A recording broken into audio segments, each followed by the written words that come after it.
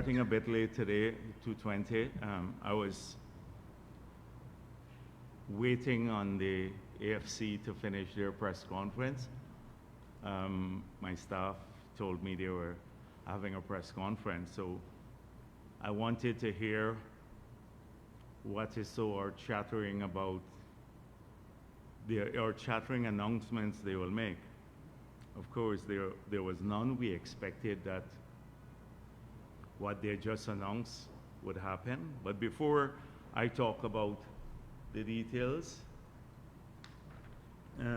let me, on behalf of the People's Progressive Party, wish all Guyanese a blessed Good Friday and happy Easter holiday, particularly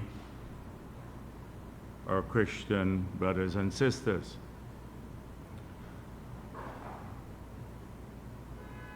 Over the past week, we have had several public engagements at the political level and also at the level of the government.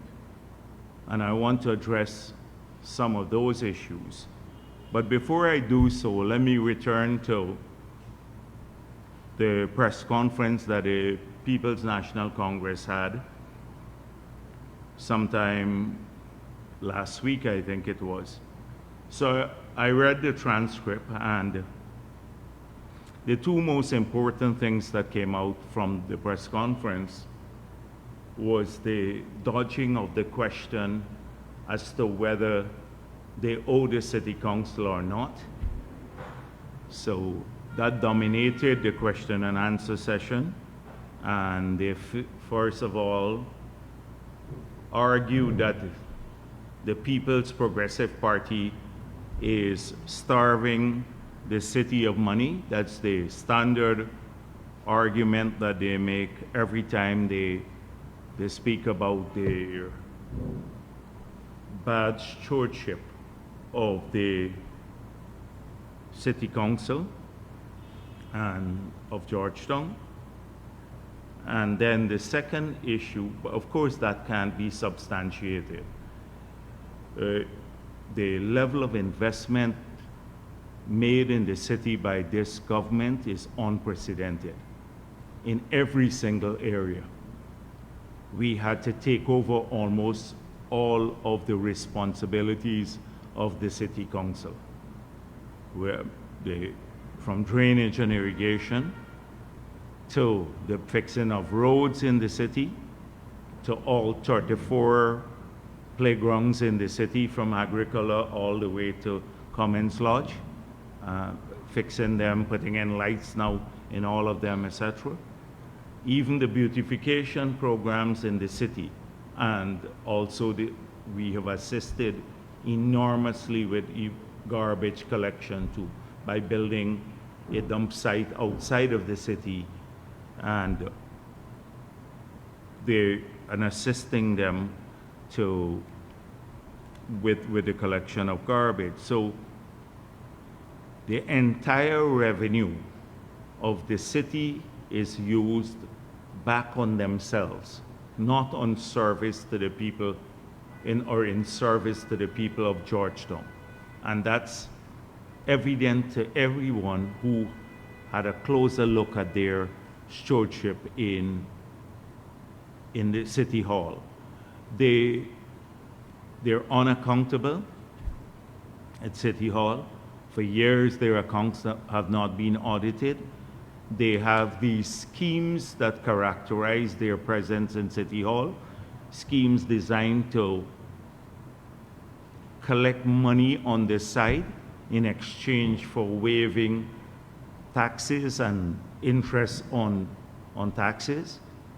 They're attempting now to pursue one of those schemes, and the minister has had to put a hold on it because it would have resulted in hardships to the people of Georgetown and people having to pay bribe to individuals in the city council. We thought it's a way for the PNC to raise money for the elections by extorting people. That scheme was recently put on hold. So in a nutshell, if you examine their argument that we have starved the city of funds and that Georgetown is not experiencing development, you would see it's false. And then if you examine even closer their management of City Hall, you would see it characterized by corruption and incompetence, and not in service of the people of Georgetown. So that's a fact. The next point is their own record, that is the PNC's record with City Hall. There's several properties owned by the city. They have given the PNC those properties at rentals that like 100,000 Guyana dollars per year. That's the level of rentals. They have several properties owned by the town, but being given over to the PNC or rented to the PNC. That's one. Two, we know now, every single person knows that MICWAC, which is a private company incorporated under the Companies Act, is the holding company for PNC properties. They've accumulated over $6 billion of debt to City Hall. Considering the budget of City Hall, which is about $3 billion per year, that's about 2 years of expenditure in the city. This one company that is the holding company for PNC properties, they never paid any taxes historically, and so that's why the sums accumulated to such a vast amount. And they keep creating a smoke screen around what is so clear to everyone else. So the reporters pressed those who attended the press conference, and they kept saying, oh, we don't know about this company, but we'll pay all of our taxes. The reporter said, but this company is the holding company for the PNC. They didn't even deny that, which is clear by law. You could easily verify it. A child could verify it, but they're still denying it. Imagine in April of 2025, they're denying the ownership of this property and their tax obligations. And they had a demand notice sent to that company already from the city hall, but they would never pursue the collection of the taxes. So they just say that's what they did. Ignore, lied about their obligations to the city. PNC is really good at doing that, and with a straight face. Then they spoke about the need for a modern taxation system in the town. I think it was Solomon who mentioned this. Modern taxation system is the synonym for increased taxes on the residents of Georgetown and possibly Linden. And the PNC has a track record of doing this in the areas that they control. Historically, we have been opposed to increasing taxes. The PNC controlled New Amsterdam. Under their tenure, the taxes in New Amsterdam, rates and taxes, increased by 100%, which didn't happen in any other area in the country. So it's not unprecedented for them to do this in communities that they control, where they control the local government body. And so they are advocating at the last week's press conference for higher taxes on the residents of Georgetown and Linden. So that is what came out of APNU's, or the PNC's press conference. Nothing else of worth, not a single thing, if you examine what they spoke of.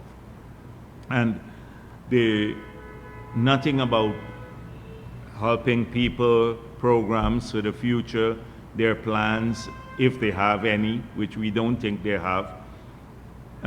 Nothing of that sort. It's just some inane criticism of the PPP and dodging questions about their tax obligations to the city and their bad stewardship, not of the country now, but of Georgetown, that they have always controlled the city here, that they have always run. The AFC just had their press conference concluded, and I saw they indicated that they have been unable to reach agreement with the PNC to have a consensus candidate to contest at the elections. Now, you know our position. I stated it at Babujan. We don't care who they put there. It doesn't bother us too much. Not because we're arrogant, but because people will know that it's contrived. You run, regardless of the form you put together or the candidate who leads your campaign, you have to contend with two things when you face the electorate. One, your track record, and two, your plans for the future. And they have a dismal track record. They have had 28 years of failure, stealing elections. When they ended their tenure after 28 years, the country was as poor as Haiti. And in the 5 years that they took office again, well, I spoke of the 3 years when they controlled Parliament from 2011 to 2015, 2012 to 2015. They also were cutting things. They supported nothing. They killed the Amila Falls. They cut the budget by 90 billion that were bringing benefits to people. Bad track record there again when they controlled the parliamentary majority but did not have control of the executive. From 2015 to 2020, they had control over the parliament and the executive. We lost tons of jobs. They took away people's welfare, the children, elderly, etc. The economy, every sector started decline. It was a period characterized by higher taxes and low enthusiasm, very little investment in any sector outside of the oil and gas sector. And then they attempted to steal elections again. So that's what you have to take to the electorate. It's not who looks nice. It's not finding somebody, who may be attractive to the electorate on their own. It's your track record in government that you have to face the electorate on. And then what are you going to offer the electorate? So far, it's just, if the PPP says 100,000 cash grant, they say 500,000. If we say we want to increase pension by old age pension by a particular sum, they increase it threefold. Nothing that is well thought out. No short, medium, long-term plan. In fact, no plan for the future. I dealt with this recently, that it's all about distribution of money, nothing about creation of wealth for people. Nothing about how we create a better or satisfy the needs of our people for housing. In fact, they want to support rentals to pay people, help them to pay their rent by using oil money to do that, not ownership. So you have no plan for the future. AFC's even, well, you remember Nigel Yu saying, let's all get together and come up with a plan.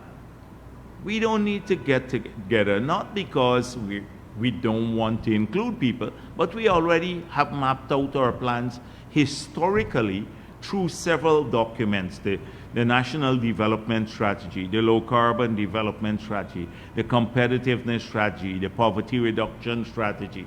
All of these create the macro vision, and they underpin the programs, policies, and projects of our government. They all aim towards a particular objective for all of our people. So that's what you'd have to contend with. You don't have any plan.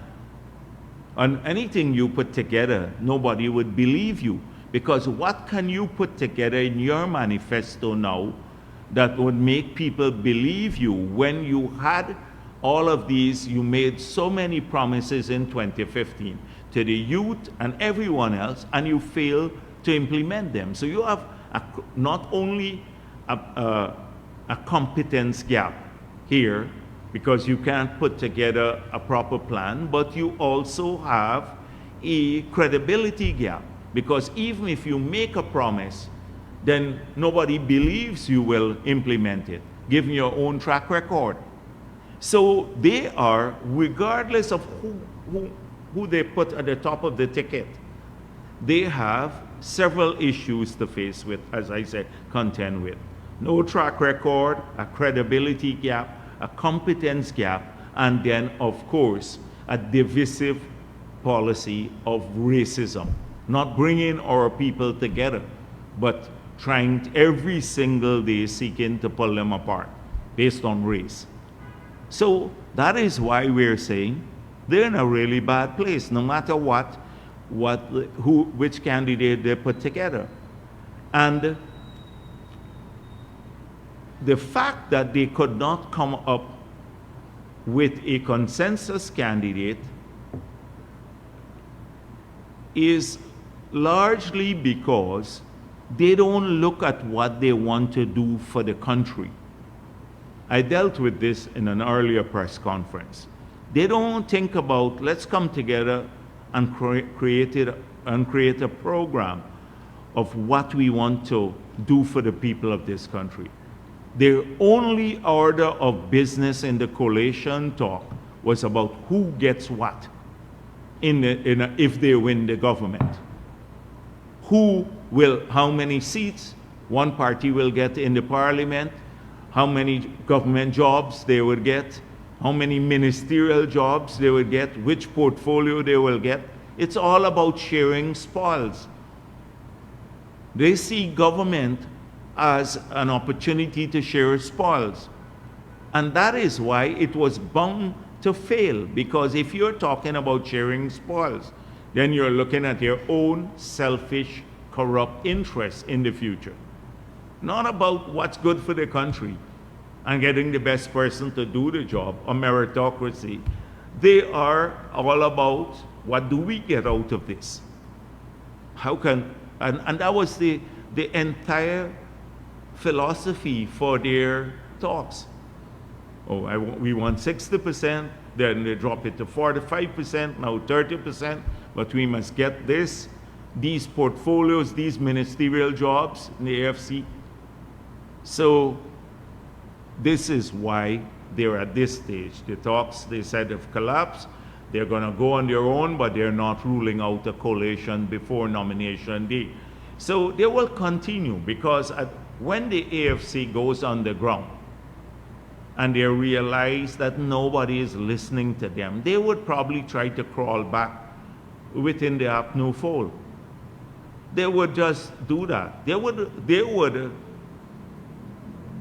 There's a party that is particularly spineless and also extremely corrupt. And I can give you specific instances of the acts of corruption, not speak about it in a general way.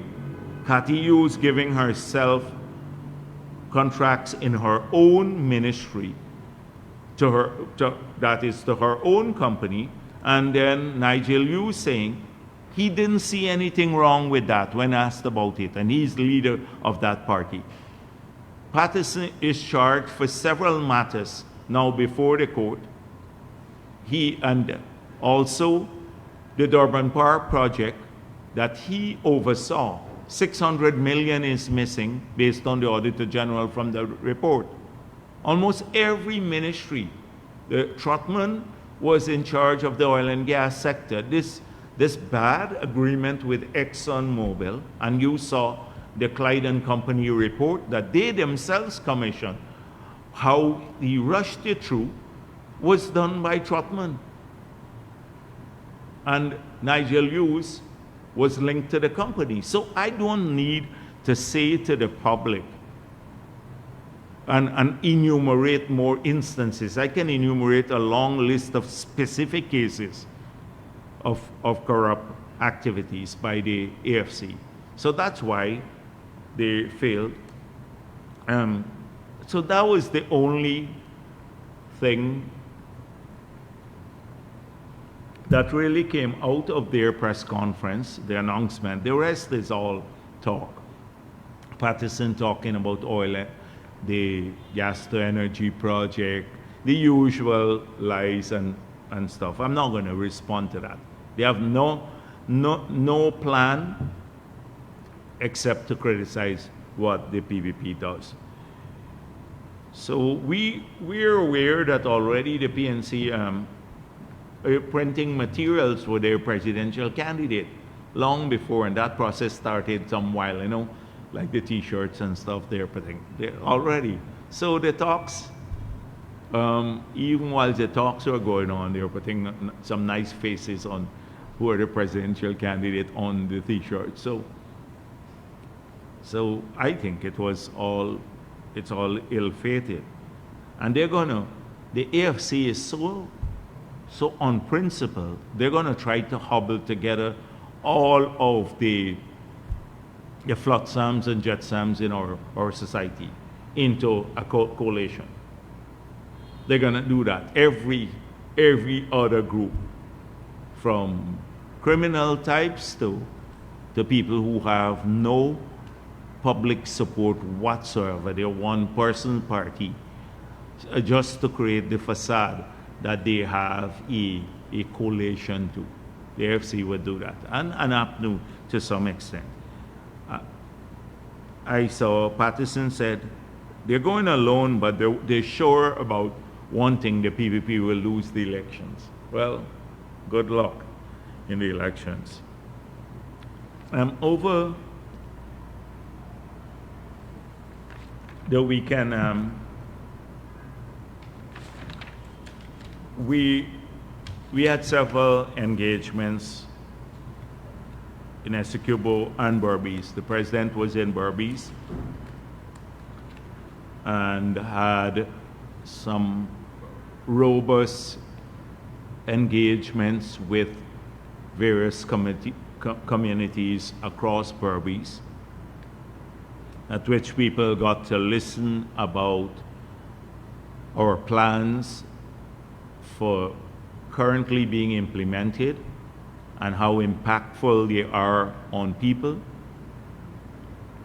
and also about future plans in the next government. And a lot of people, as with our engagements, a lot of people had the opportunity to raise issues, to make comments, and also to identify their dissatisfaction with services being provided at various levels of the government. But if you look at the public engagements, you will see that most people, like in both cases, in Essequibo and Berbice, we had moved from issues of healthcare and education and roads and drainage to more community-based issues. A lot were community-based issues and NDC related, that is local government body related. So this is a major qualitative leap forward, because I recall when we just got back into office, how dominant those issues were at the public engagements we had. People used to say we're driving on mud dams, we don't have a proper road, we don't have no service at the health center. all of those issues have receded substantially and now we're engaged with a lot of individualized problems in Essequibo Coast. After one of my presentations in Pomona, I said, when I came here in the campaign, in the early period, and in the 2015 to 2020 era, there were several issues raised with me, and I can anticipate what I will hear now. And I said there would be about reserves and who occupying the reserves and two families fighting over the reserves. So I finished my presentation, and then of the 8 issues that came up, almost 5 were exactly about that. Because we know, like a man built something on a reserve and his neighbor thinks the land is his, and that's a kind of dispute. Almost exactly what I said. And so we still need to address these things, but it's a far cry from the earlier days. And somehow some people believe that giving people an opportunity to vent these things is a sign of a dysfunctional government. I saw one of these things somewhere. I read it in one of the newspapers. It's not so. It is a sign of a government that is prepared to listen to people. Listen to people. It's because we care. Even when we can't solve the problems, we listen. Contrast that with the APNU AFC era. People could not, their own activists couldn't get access to, at the ministerial level, to have a listening, sympathetic ear, much less to have the president sit there and listen to people. So it's only an elitist view of governance that would cause you to have that opinion, or an urban-centered or urban-based view. That when people go out, the government goes out and sits for hours there listening to people, and we hear problems, it's a sign of dysfunction. If other countries around the world were doing this, the developed countries in the world, they'd have millions of issues raised, just that people don't get the opportunity to do that in those countries. And so we think it's a positive thing. And it is actually going to people. And the key thing is that we're the only ones who've been doing this consistently. So in 2021, 2020 we were there. In the middle of COVID, we were underground. 2021 we were underground. 2022 we were underground. 2023, 2024, and in 2025. Which political party has done this, or any individual in those years? You see them now talking about going underground because we are approaching elections. They don't do this in a sustained way, out of concern for people. They just show up at election time. If one thing has been consistent, we've always been on these outreaches. And when we were in opposition, I remember in the first year in opposition, I had over 80 meetings, community meetings, listening to people. In the first year in opposition. And when we walk around, we lost the elections, and I walk around Starbrook Market, and people, they had some thugs basically up new, cussing me out, and I didn't bother with them. I just walked through the area. I remember just after we lost the elections, go back to Starbrook Market and talk to people. We didn't do, and we were on the ground constantly, in opposition too. They have then done nothing absolutely in these years, but they will show up for the next couple of months because they're looking for votes now. They see people as vote banks only, not to address their concerns. So for all those who think, oh, they're very worried. So that's why you see these editorials and the stuff, oh, the government is dysfunctional. When the president goes out, why does he have to listen to this, or the vice president? Well, it's because we care. That's why we don't mind spending our time doing it there than sitting down and sipping coffee just in, well, something else in Georgetown and pontificating about development. That's not how development works. So on the Essequibo coast, I went back and I had an engagement with the PYO. You know, we've had over 15,000 members. We were targeting 5,000. And we already have over 15,000 members in the Progressive Youth Organization, which is the youth arm of the party. And if you look at the demographics, you will see it's young people of every race. Every race.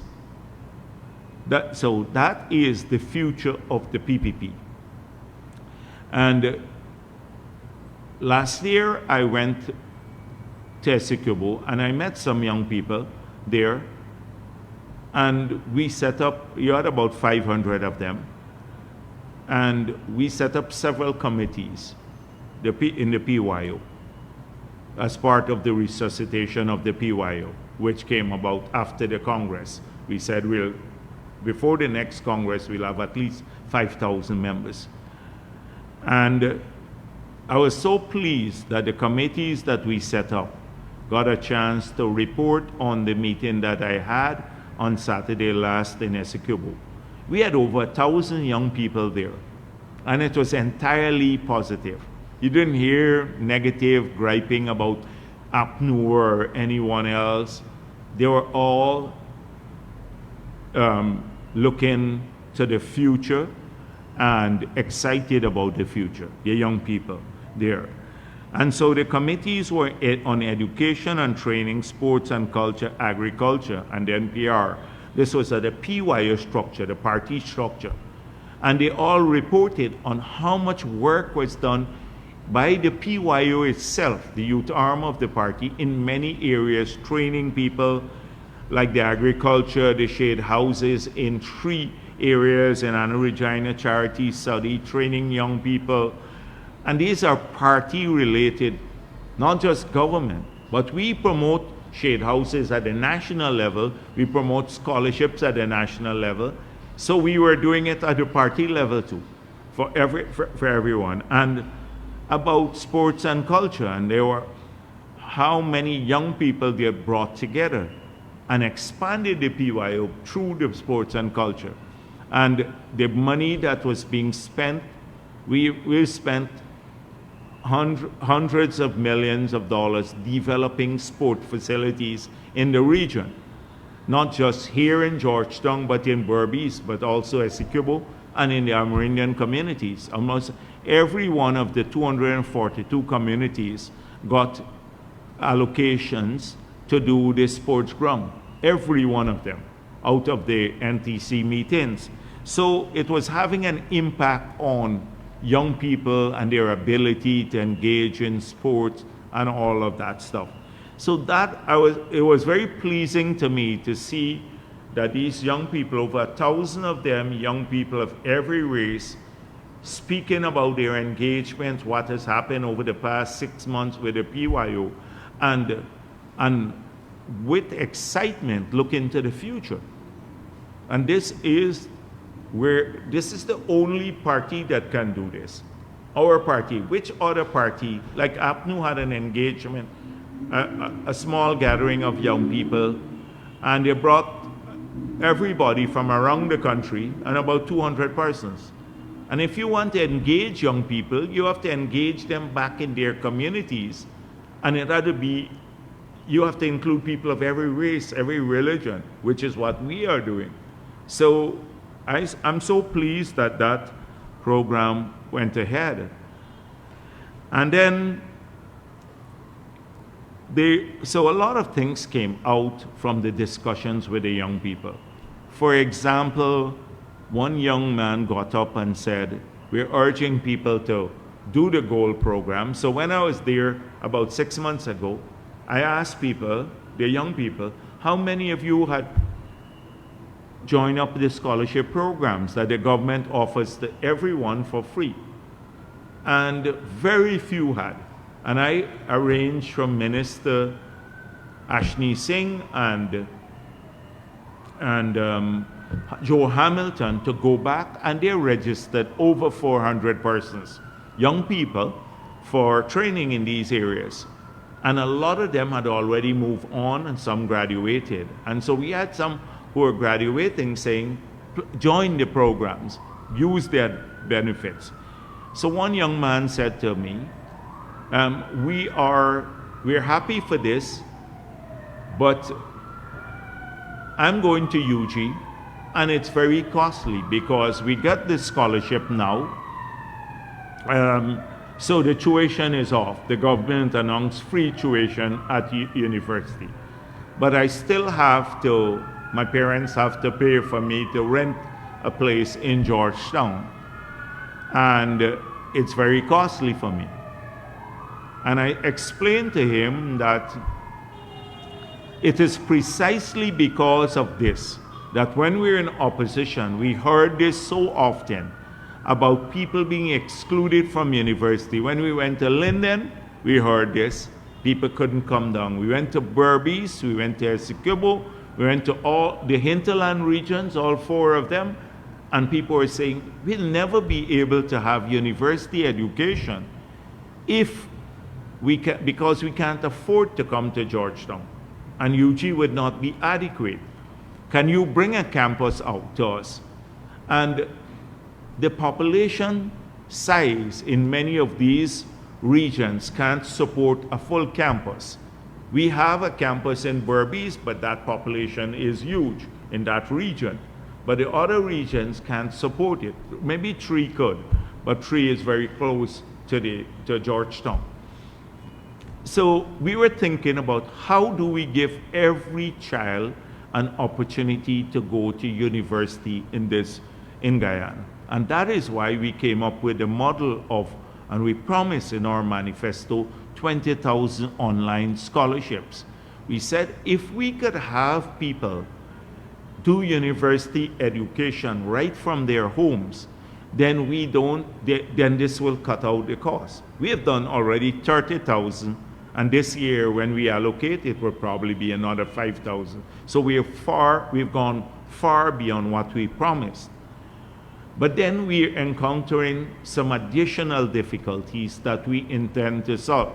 So the first was access to the indigenous communities, because they didn't have internet. How do you do online university if you don't have internet facilities? So that is why the Prime Minister is rolling out a program where we're putting Starlink facilities in all the indigenous communities and the hinterland communities general, whether you're indigenous or not, and the riverine areas, etc., of the country, so you can have access to internet. I was in a young girl from the Pomeroon at the youth forum, the PY youth forum, said, it's atrocious, the service from GT&T and Digicel there. And this is a disaster, and it's disgraceful. And I asked the PM, when I came back from Region 1 and 9, I couldn't even use my phone. The service is so crappy in these areas. And these are national companies, and they have spectrum for the whole country. And they should be utilizing the spectrum or lose them, because they're very valuable, the many bands on the spectrum that they have. And so we need the Public Utilities Commission has to really regulate the level of services that people pay for, but they can't get in these communities, in the hinterland, riverine, and sometimes even on the coastal communities. And this is something I'm personally going to follow up on. I'm going to be on their case for this matter. But that's in terms of the service that they provide. They should just be upgrading these services so you can routinely use your phone. And it disadvantages a lot of the riverine and hinterland people and children. But also even on the coast, we have some problems of that nature. And so we are solving this issue by by putting in this Starlink for at least the goal programs and stuff. But then there's another issue. So the guy, I said to him, I gave him this explanation, and then he said to me, he said, but you know, I need to do my labs. I'm doing technical subjects. And so the goal program, I can't do the labs. That is why I need to physically be in Georgetown. And so we are, in the next term, we are going to be putting in every region these medical and technical labs so people can do the labs. Even if they have an online scholarship, they don't have to travel, because of that, travel to university in Georgetown, which pushes up their costs. So in every region, they can be able to do their practicals on the technical subjects so that they don't have to physically be present here in the city, which pushes up their costs. So I explained what the reasoning behind the big push to take away the burden of education costs from the parents. So from nursery all the way to university, we want to make sure that we absorb most, if not all, of the costs so that parents don't have to worry in the future. From the time you get a baby, you don't have to worry about their education or spend huge sums of your budget on it. You can spend your salary on other issues. And the same thing with healthcare. So it's explaining this philosophy of the government, and it's systematic, and it's being done because we know the goal.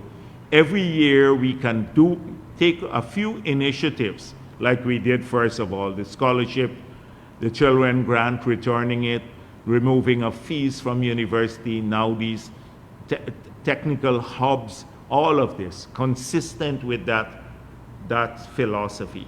So it was very good, like the interactions of people. And you know, we are working on our manifesto. We've been sharing numerous ideas. I came here, I shared a lot of ideas about what we're planning on financial literacy, financial inclusion, financial empowerment, and also in the other sectors, small business support, etc. So we are looking at this. Now there are a couple of numbers. We just set up a WhatsApp number. I hope it's set up today. So the number is 741, it's a phone number, 741-2575. So if you have any idea, whatever the idea is, and you think it should be included in the future, I can promise you that once you submit in the next 5 years, you submit the idea, we'll give it serious consideration. I can't promise that everything will be in the plan. We're not APNU, we cost everything, we see that we can deliver it. We're not them, but I can tell you that your ideas will be given serious consideration. So you can either do it there or put it in an envelope and say, manifesto ideas, PPP, and drop it in a box downstairs at the head office here, or in the regions. We're going to have at the parties offices around the region. You can easily take any idea you have. No idea is too silly to look at. We look at everything whilst we're crafting. We have a ton load ourselves, and we're trying to sort all of this through because we can't do everything, and sometimes the objectives are contradictory of the ideas. But I can promise you this. So please ensure that if you wish, you just can submit all of these ideas. Like it was when we decided to move in this budget to a more friendly approach to work, it was because of the ideas we got from people. A lot of working people said, you know, our overtime, we get taxed too much on the overtime, but we don't have an allowance for overtime. So in the budget, we put in an allowance for overtime that becomes tax-free. So it's $50,000, I think, per month. So if you work up to $50,000 per month overtime, You don't pay taxes on it. And that came out of discussion with people who are working and working overtime, trying to work a bit harder, but then they were paying higher taxes. So now if you earn up to $50,000 per month overtime, you don't have to pay any taxes on the overtime. The second thing is people said, you know, I'm doing a second job. I have one job, but I'm working for somebody else in the evening or somewhere. And that shows energy and progress and wanting to achieve. People do this routinely when they migrate from Guyana. They go to New York, they're working 3-4 jobs. They don't get a tax benefit. We said, if you work overtime, you also get $50,000 per month from the second salary, tax-free. And that is why, so ideas are important. So people keep more that they earn instead of having to pay higher taxes. So please use this opportunity now to share your ideas with the party. As I said before, we have an open mind to this. In opposition, when we were developing our manifesto, although we had a lot of ideas because we were on the ground all the time, we still had a consultation forum. It was held at the Neutrality Restaurant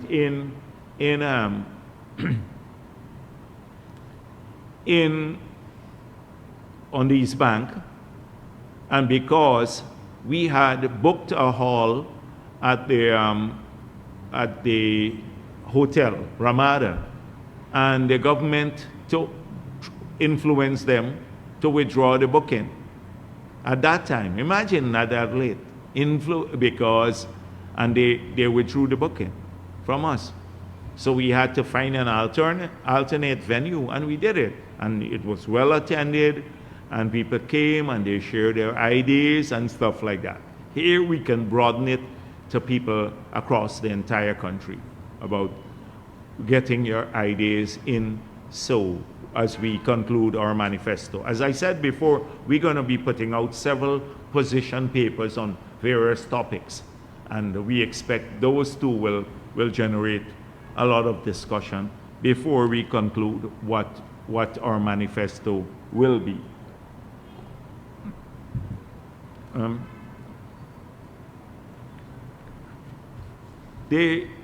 The thing about Essequibo, and I'm still on Essequibo and that trip there, after and finished engaging with the PYO, I had several meetings with the Chamber of Commerce, etc. And I asked at the meeting how many persons are looking for a job and don't have a job. And very few people would raise their hands at the meetings. And I remember going in opposition. It was a groundswell. People had no jobs whatsoever. First of all, APNU was not helping the rice industry, which is the bulk of the income in Essequibo comes from rice. So once you don't get help there, everything else gets affected. The way of life of the people change. And because it's the biggest source of disposable income. And secondly, there were no jobs. Because Essequibo is peculiar, a lot of the jobs there are agriculture based. So a lot of the kids who need higher, they do well at the exams, but they need to move away. So while we have been extremely successful at generating more jobs because of the dynamism in the non-oil economy too, but mainly at the low end. But as you get more technically qualified, we still have a gap there, and that's what we talk about all the time.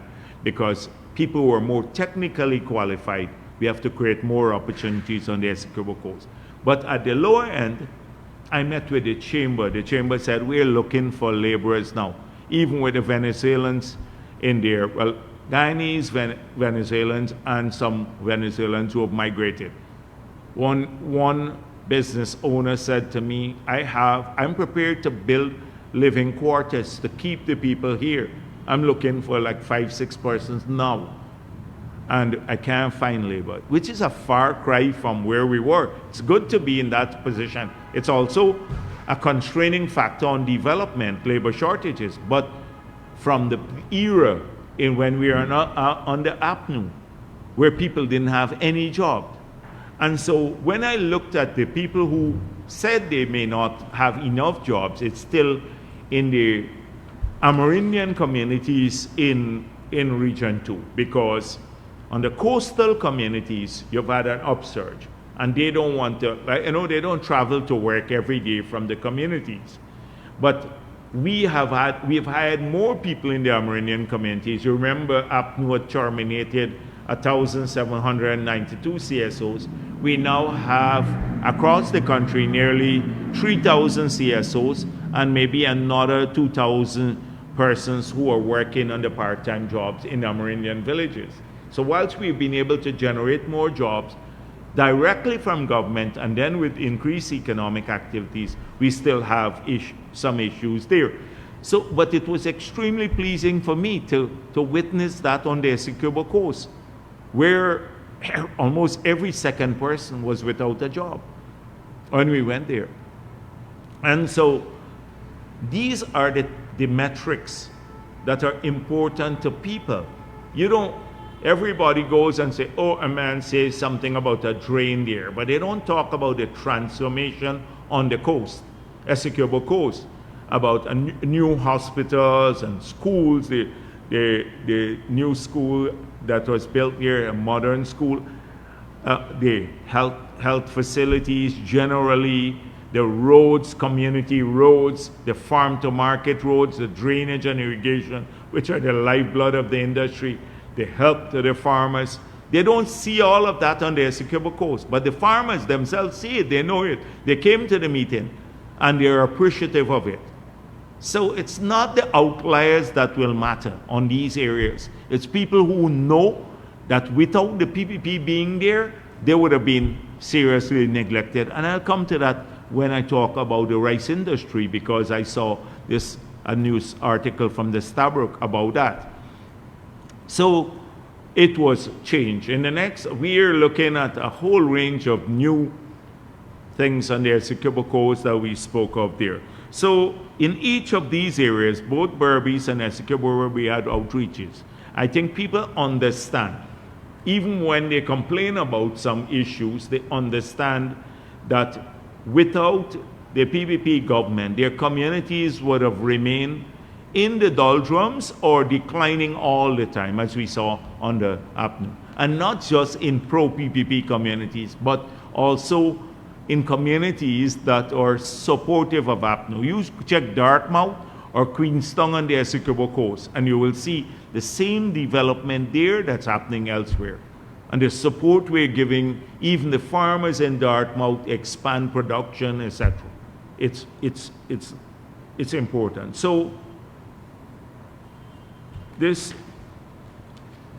since I'm on it, let me speak a bit about the rice industry, because it says here some Essequibo rice farmers dumping paddy. 2 mills now taking more, Stabroek News today. And I had a very interactive meeting with hundreds of farmers. They came up, they always felt. And the key issue here is, and the article accurately reflects this. The farmer Tabo, who spoke about the situation, laid blame on the monopolistic practices of a few large millers. The paddy is in a surplus, he told the Stabroek News. It's 2 times the amount now that is being produced. I told the president we need more buyers. That's when the president was there some while ago. So, twice as much, he said. And what happened is that we are planting around the same acreages or small increase in the quantity.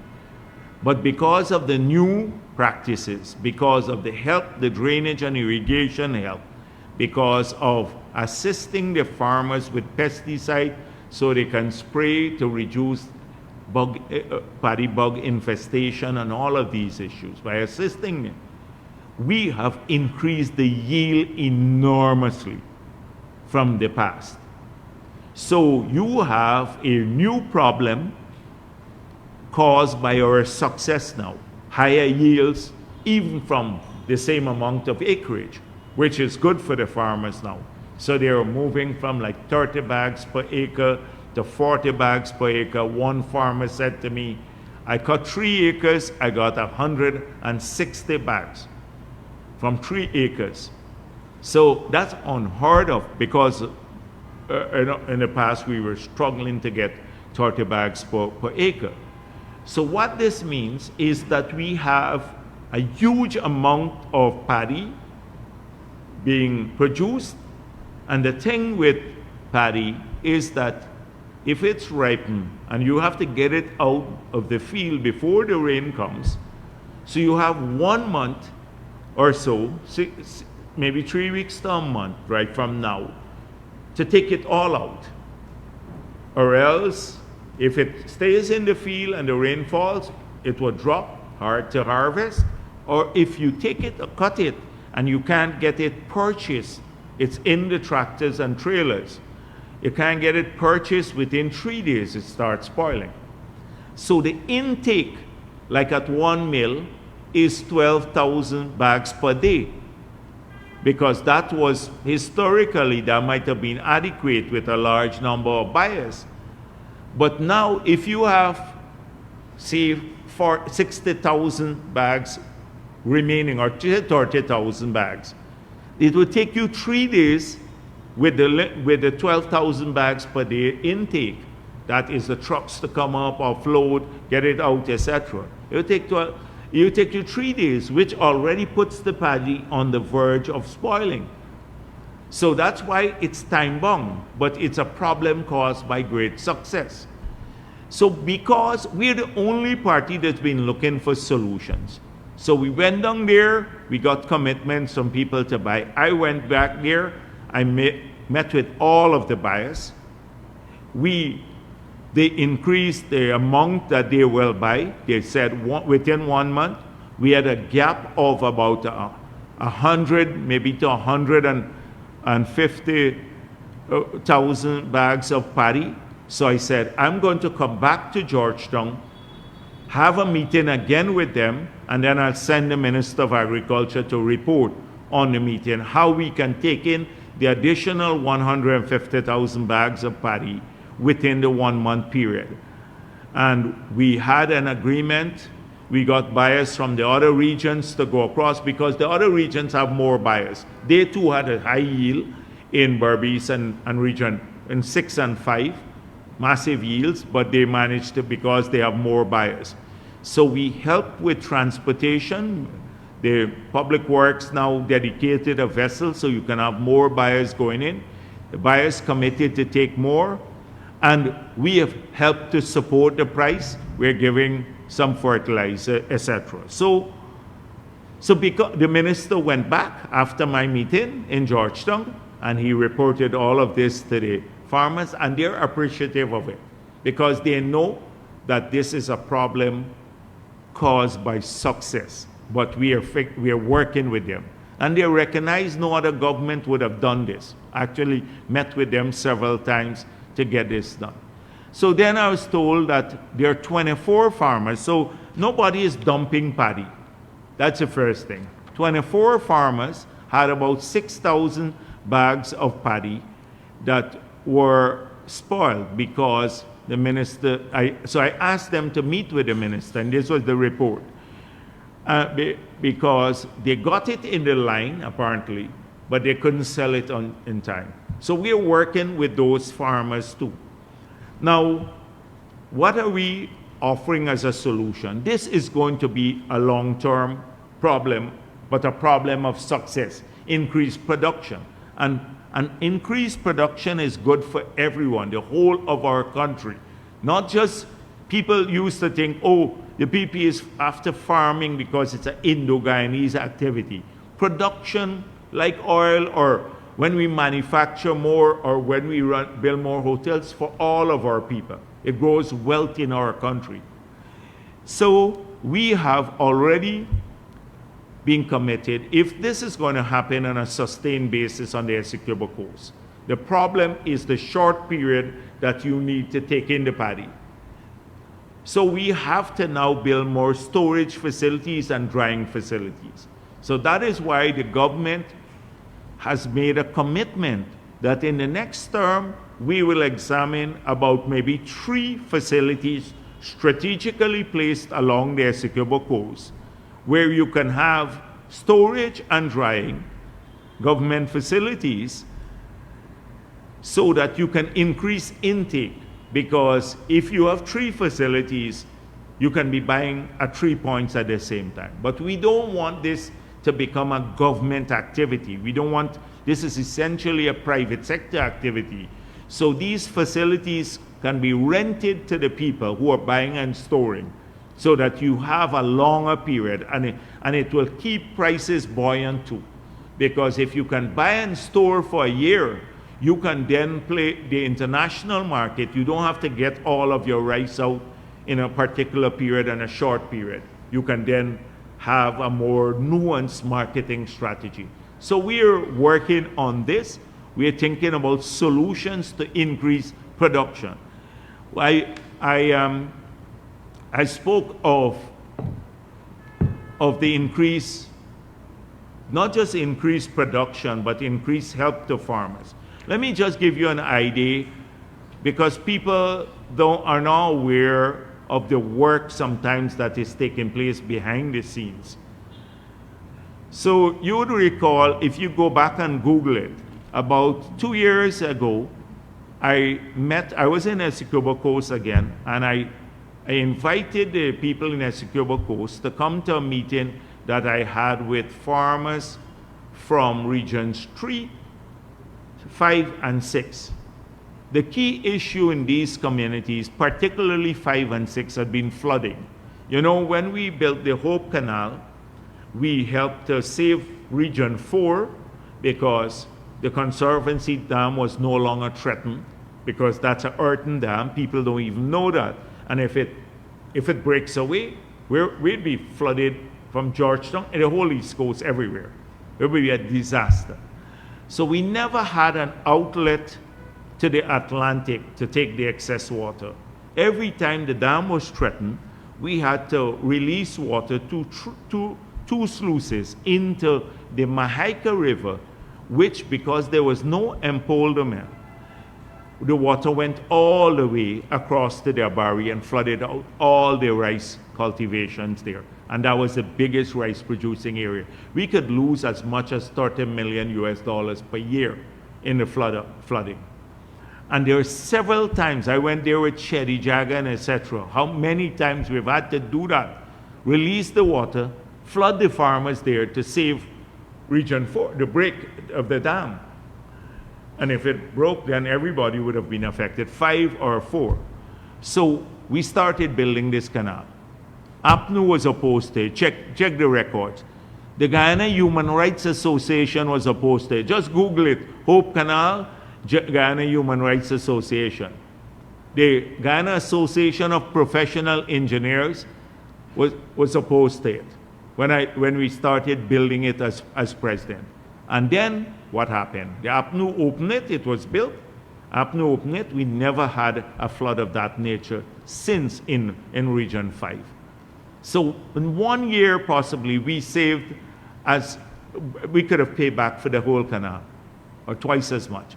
And we said we were going to build similar canals in the other regions to take water from the backlands straight into the Atlantic, so that we don't have to flood out the villages along in Region 5 or Region 6 and their cultivation areas.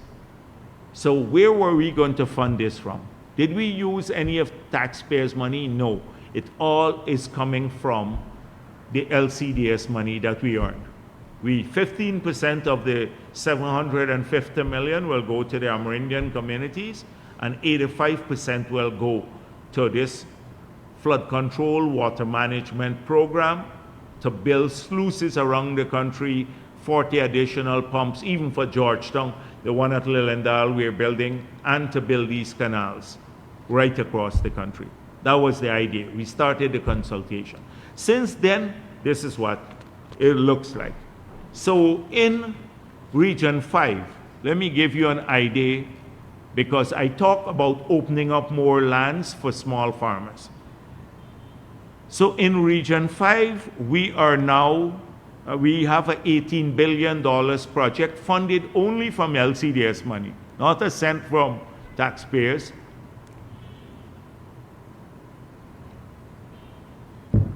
We're going to build 86 kilometers of flood protection embankment.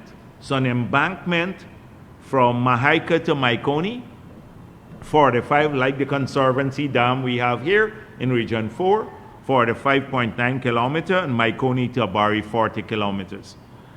Right? So 86 kilometers of embankment to protect the water flowing down from the backlands, and this is deep in across Region 5.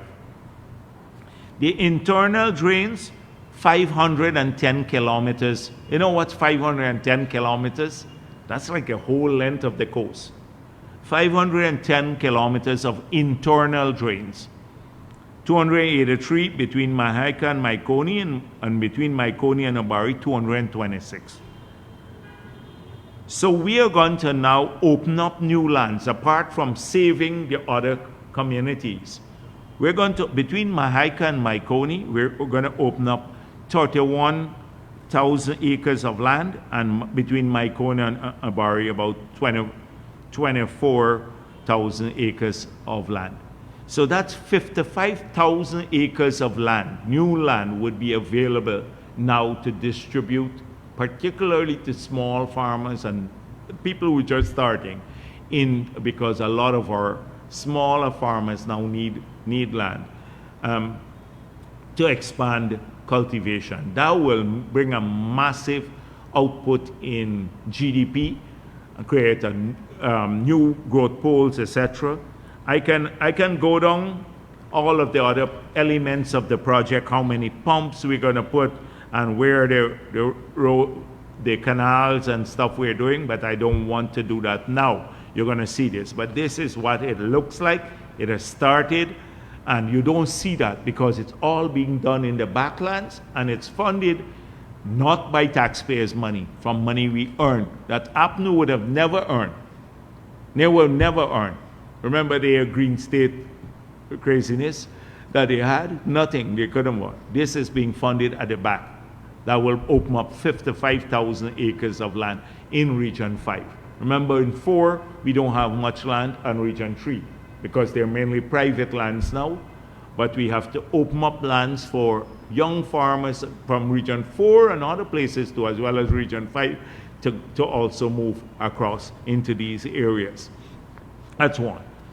In Region 6, this is what we're doing now. So 42 kilometers of flood protection embankment, and internal drains, 103 kilometers, and we are going to open up now 30,000 acres of land there. So between these two regions alone, we'll have 85,000 acres of new land being opened up. But this here would prevent a lot of the flooding that the communities now are experiencing. And if you listen to some of the meetings we've had, people want new land, etc. So in these two regions alone, this project will cost there $13.8 billion. It's already started, and again, it's for LCDS money. In Essequibo Coast, we had started something that at Aurora to open up about 5,500 acres of land. And then APNU, I think, shelved it. The project document and everything was done when I was president. And now we're going to resume that, and that will cost probably about $5 billion to open up more lands for small farmers on the Essequibo Coast.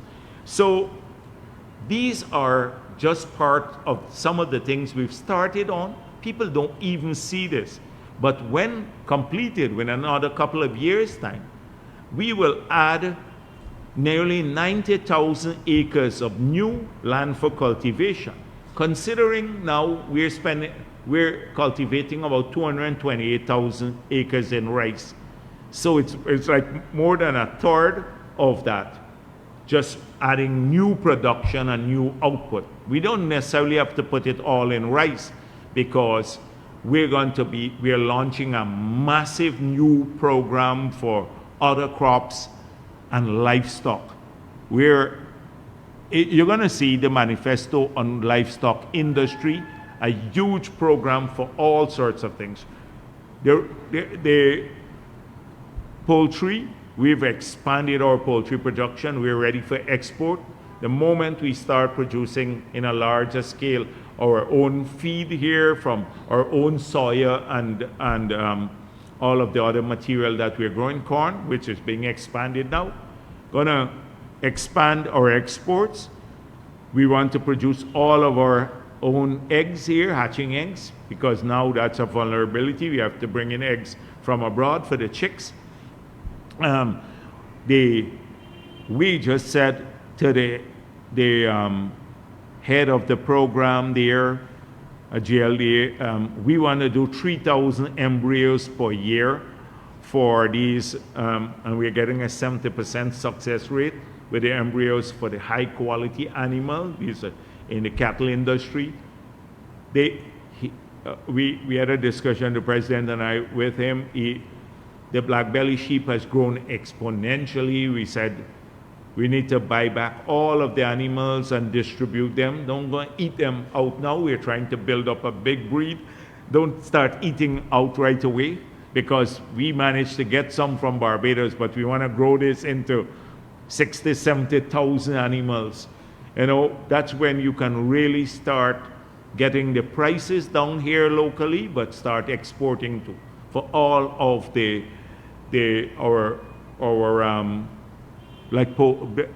livestock. And so pig rearing, you know what we've been doing. We're bringing in new varieties, all of that. So a major program for all of this. And we have details of everything. And then the agri-tech, like, so we also, the shade houses, hydroponics, even the cage fishing. You see, people ridicule it. And now some of the communities are using their cages and doing extremely well. So these are I'm just talking a bit more because these are just ideas, and I hope people would share their ideas too for the future. But we have major plans laid out in every sector. I just so happen to focus on this area now today, but it's almost every other sector and for every community. From Linden and Region 10, or for every one of the 10 regions. We have regional plans outside of sectoral plans. Regional plans like Linden becoming a hub, a lot of, now you can use this with the bridge now. You don't have to close the bridge and open it all the time. The vessels can move up and down. We can move a lot of goods to a port in Linden and transport them by barges down. We don't have to use the road. The trucks are too heavy on our road, although we're paving the Linden-Soos Dyke Highway. So you come up from Brazil, you bring the stuff, or we take they need a lot of limestones, etc. Limestone, tons and tons of it, and take it up to Linden and ship it directly from Linden. So almost every region has a particular plan. And we want the conversation, like last week I said, the reason we're doing this is to hope that the conversation nationally will go into some of these areas. Because I think sometimes we get caught up in too much of the negatives. Talking about negatives, let me switch to a negative topic now. So, Vincent Alexander tells UN Forum there has been systematic marginalization of African Guyanese here. And the reason I want to address this issue, normally I will ignore Vincent Alexander, because I think he is one of the old PNC type that you can never change. They have that type is exploited Afro-Guyanese for political purpose, but for not one single day has ever spoken about or implemented a specific initiative that would change people's lives at the local level, on jobs, on housing, or anything of the sort. And it's a dying breed. So I don't want to occupy my time too much with this, the breed that will go extinct in the future. But it is indicative of the entire opposition's approach to this matter of Afro-Guyanese and racism. And that is why I wanted to address it. So he said, I take this opportunity to address this forum with the true narrative, that they always have the true narrative. Everyone else has false narratives. And he said, has been systematically marginalized and remains disproportionately at the bottom of the economic and social order. This is Afro-Guyanese. He also pointed out the issues surrounding education, land rights, and political representation, stating our school curricula continues to omit the history and contributions of the Guyanese of African descent. I can go on, you get the drift. Blaming the People's Progressive Party for all of this. So it brings me back to the earlier point that I made. The PNC had absolute control over the state at every level. They controlled the judiciary because the flag of the PNC flew over the court, not the national flag, in the era of party paramountcy. They controlled the parliament, but through rigged elections. They got a majority in parliament, a super majority, more than 2/3 majority, and they control the executive for 28 years. And if Afro-Guyanese, if the school curricula doesn't reflect the contributions of Afro-Guyanese, what did they do for 28 years to ensure that the school curriculum reflected the contributions? Nothing. When they left office after 28 years, how is it that in Guyana we were poorer than history, every race, including Afro-Guyanese? They don't believe that they have to be accountable for the period that they're in office, because they took everybody for granted. They discriminated against Indo-Guyanese and Amerindians and took Afro-Guyanese for granted, never addressed their issues too. It is so Vincent Alexander was part of that machinery for those years. What did he do? Norton was part of the machinery. What did they do in those 28 years to change this? Nothing, absolutely nothing. In fact, they stopped building homes, etc. And people were just, everybody was poor. And so, in the 5 years that they came back, they not only discriminated again against Indo-Guyanese and Amerindians and mixed people, but Afro-Guyanese too faced the brunt. Look at their own community of Linden. Vincent Alexander should be ashamed to talk about any empowerment or Afro-Guyanese. He was getting 100 million per year. They spent IPADG. They didn't spend a cent on giving the other organizations. They gave them pittances. They didn't spend a cent on empowering people. All the time they just spent the money on themselves. And I remember someone saying, I think the Rastafarian said, the reason we left IPADG, or we did not want to engage with them, because they were pursuing not an African agenda, but a PNC agenda. A PNC agenda. So IPADG, it was an arm of the PNC, and they took on the same characteristic of the PNC. Talk a lot about Afro-Guyanese empowerment, but do nothing about it.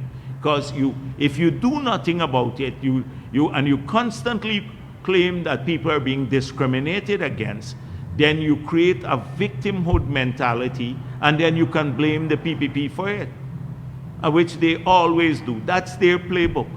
So this IPADG is a reflection of precisely what the PNC and the others do. He said,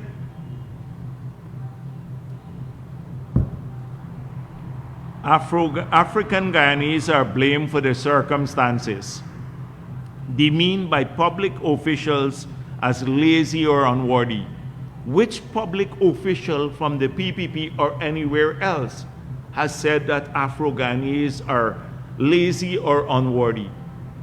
Where have you ever heard anything of this nature? But he says this at a UN forum, a blatant lie. But you remember Amanza Walton saying Indo-Guyanese are mentally lazy. That was I can point out what they said, and the same one, I always forget his name, from the one-man party, who said in Parliament that was part of the APNU, that if Amerindians get more land, they can benefit from oil money. This is the stuff. But he goes to say that public officials are saying Afro-Guyanese are lazy. And they mean, if anybody, when we criticize the PNC, and historically, when we criticize the PNC, we are not criticizing Afro-Guyanese, we're criticizing incompetent people in the PNC. And it's now made up, and I would put Mahipal, Aegis, or Ramjatan, or Nagamutu in the same category. It's a political entity I criticize, not Afro-Guyanese. How many times we have been on the record as saying they've excluded bright young Afro-Guyanese from their leadership. It was geriatric. All the young guys and women, well, guys generally, who worked for their campaign in 2015, they excluded them. Bright young people, Afro-Guyanese. So the lies that they tell, right? But I'm glad that the gentleman, Sam Elisha Ali, pointed out what they actually do. So he said, we must establish clear measures and checks and balances to prevent African organizations, particularly those representing people of African descent, from attacking or undermining fellow groups within our communities.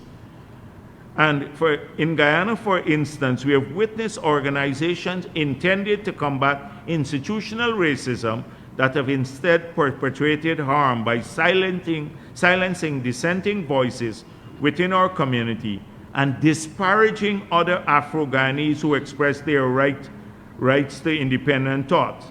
They're called lick-bottom slave catchers and house slaves. We know who they are, and they're all associated with the PNC.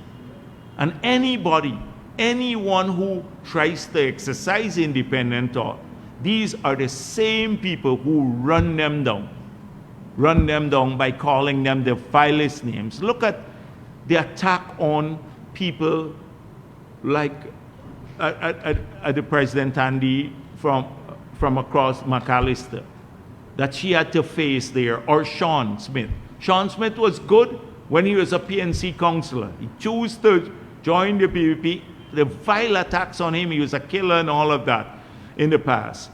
Anyone that has an independent or a different view and don't want to subscribe to this inept organization called the PNC or AFC, now useless organizations, they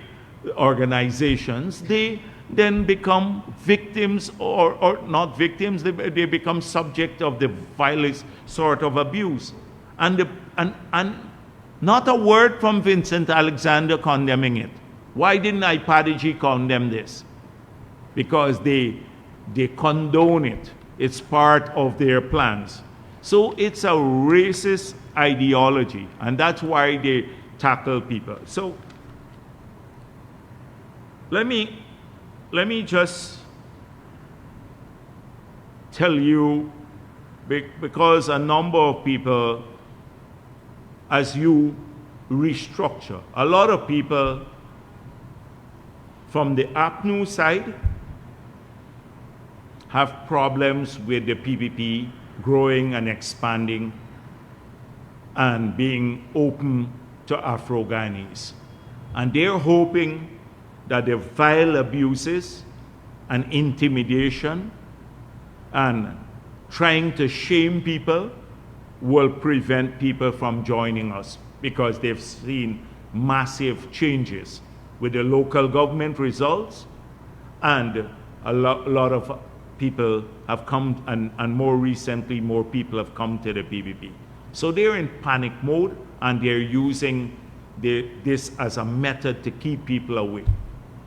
And then you do have, on the other side, I'll tell you a story, people who are not happy with this change. So in opposition, I was in New York, and I met a person claimed he was a strong PPP supporter, a Jaganite, he said, and that he's very unhappy that when I said in opposition that we were extremely strong in the Indo-Guyanese community historically, and we're very appreciative of the support, that we've grown stronger in the Amerindian communities in a major way and among people of mixed origin, and that we will work hard, I said this in opposition, to grow our support in Afro-Guyanese communities, because we failed historically given the propaganda against us, the lies being told, and therefore we had not had that. And I said it in opposition. So this person who claimed he is a Jaganite said he's not happy. Indo-Guyanese will be marginalized in the PPP if you do that. And I said to him, are you aware of, you say you're a Jaganite, what Chedi Jagan fought for his whole life? And he said, yes, but that's not relevant now. And I said, it is relevant because it's part of this party's DNA, what Chedi Jagan fought for. And I'll just read a couple of things. I have a long list here, but this is in the 1961. In the middle of the race riots engineered by the CIA to divide our people, the CIA and the British Secret Service. He said this, I give my solemn pledge that my government will never discriminate against any person or persons on the ground of race, religion, or political creed. That the essential freedoms will be preserved and will respect the rights of all. Our party has always been and will always be a multiracial party. Within it, there is room for all. Its leaders come from every racial group. I call upon the Guyanese people of every race and every creed to rally behind us now. And then I can go on. 1967. I got a long list of it. If we are to go forward, the party must have the backing not of one race, but of all races. We must take the offensive. We must combat racism mercilessly and build a disciplined party. This is Cheddi Jagan in the 60s. Even when we were cheated out of government, etc., and before, we were subjected, we kept that line throughout. Why did it not happen? Because the constant issue of saying to Afro-Guyanese, the rumors, the lies told in communities about the PPP. It's an Indian party, it will discriminate against you. They used the state machinery because there was no free media to instill that in people. In that whole period, there was no free media, only the state machinery. And in the communities, people were meant to fear us. We would kill people, we'd harm them, they would never progress in the PPP. Of recent, I'm the demon in the last. Jagdeo is the demon and stuff like that, ungodly, that we didn't believe in God, a whole range of lies about us. This worked for a while, and we said we will work to break down the stereotypes again. We'll work harder every day. But that was part of our DNA. So I said to him, you're in New York. You want PPP to win elections, but you're sitting in New York. Do you think that we should only have Indo-Guyanese in our party? How are we going to win elections too? And how do we change our country? We're departing from Cheddi Jagan philosophy. And I said to him, if you're concerned only about Indian rights, and in the best way of defending Indian rights is to ensure that you don't discriminate against any other race. And that is why in 2015 to 2020, we had the credibility to fight APNU when they were sending home sugar workers or targeting Amerindians. But if we had done the same thing, if we go and target people on their race, you never have any credibility to deal with the issue. How do you protect, I said to him, how do you protect Indo-Guyanese if you discriminate against other races? And that is what started the philosophy of the party, because the way to make everybody feel secure, every group, Amerindians, mixed people, Indo-Guyanese, Afro-Guyanese, all of us, Guyanese generally, is to have everyone rights protected, everyone getting opportunities equally. And then you have a stable country and everyone rights would be protected. And that's the philosophy of the PPP. Now, strangely, so I looked in the same opposition period, and guess what? This man who was advocating only for Indian rights, guess who he ended up supporting? APNU. He ended up supporting the same one who was telling me all about Indo-Guyanese rights, etc. I saw him supporting APNU. And because, so people, sometimes you have to take on this. So from that side, and they're minority. Now in our base, you see our base. Our base understands this, that this is organic. This is what we've always spoken about. We don't have two sets of meetings. The private one in Congress, places like Freedom House, where we whisper to people, oh, you got to do this, and then a public one. Our messages are internally are the same as they are externally, and geographically the same. We're not AFC and APNU that carry different messages to different groups of racism, of people, because they practice racism. That's it. So this is important for us. Our party will grow, it's organic, people of every race will feel comfortable, we get stronger every single day, and we're not on the defensive. And our base understands this, that this is what is in the DNA. So both APNU is fearful of it, and because of the growth in the party, and a couple of people who were raising this concern, now they understand, they see the wisdom of the philosophy of the party, that you have to be a party for everyone. You have to treat everyone like family in this party, which is what we do, and their opportunities. And so this is an important thing today. Look at, by contrast, the PNC. That's why I wanted to deal with it today.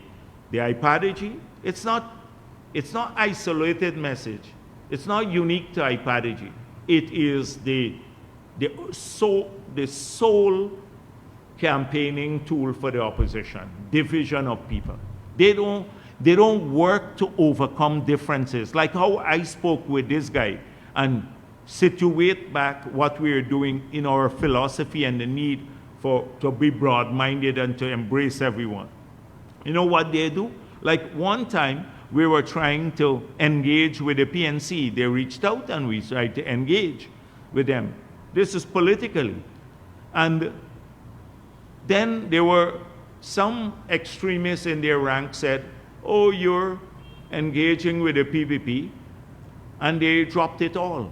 The leaders in that party do not talk to their supporters and try to build a consensus around national politics and inclusion. When they talk to their few people, their leadership, they're all about exclusion. All about exclusion. And that's why they're facing extinction. They're facing extinction. Because that's not going to work today. You have to talk to people, you have to include them all the time. I see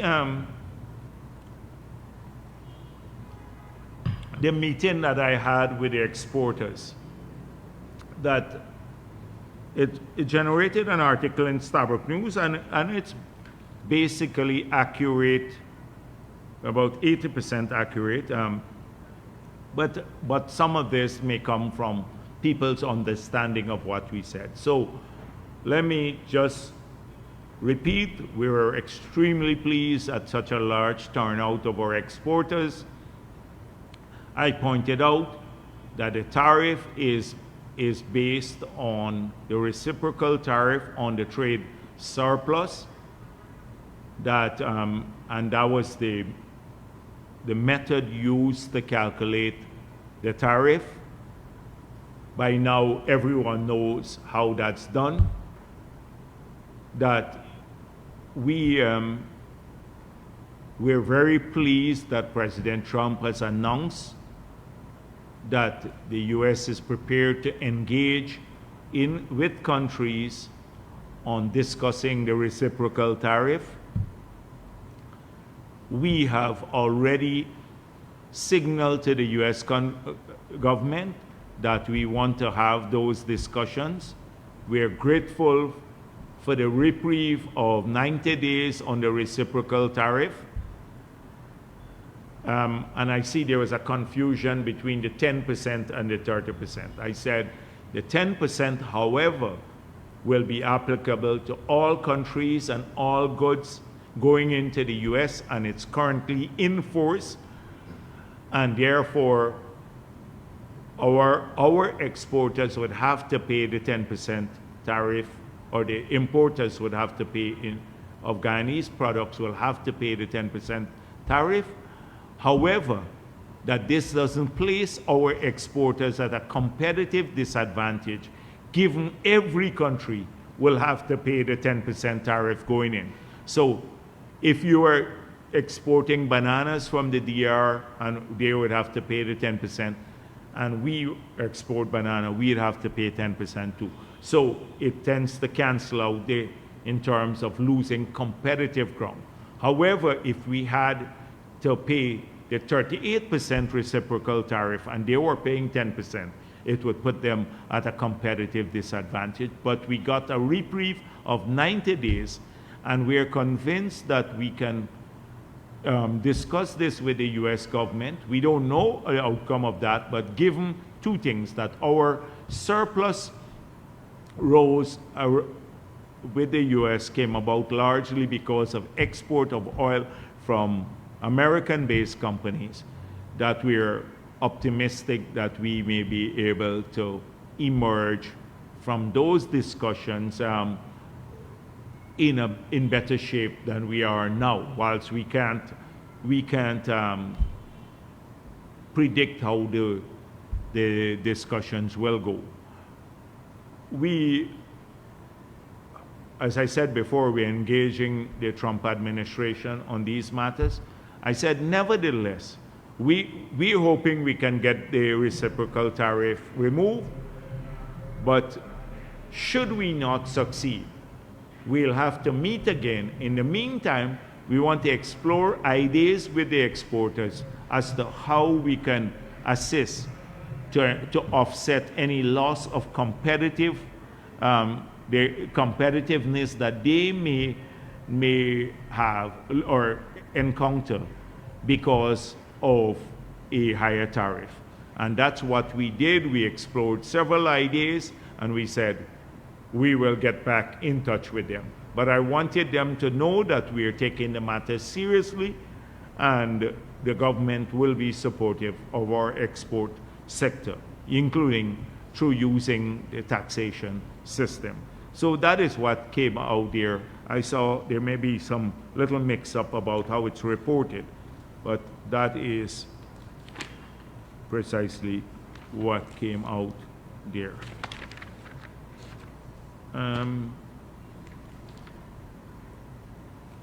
I saw the AFC too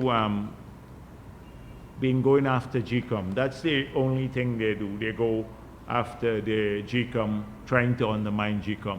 Of course, for people who try to steal elections, to so barefacedly accuse other people of like attempting to steal, it's not just shocking, it's like out of this world.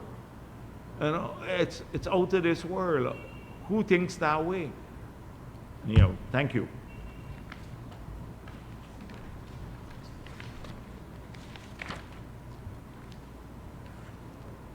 Yes, Dennis. Mr. Jagdeo, Dennis Shabal. Sir, first of all, can you see, in light of what has been going on over the last, I would say, few weeks, where we have seen the president of Guyana pledging differential and preferential treatment to the United States, China's response to that, and over the last 24 hours or so, we are seeing a public exchange of views on the matter of how the Venezuelan controversy should be treated or can be treated.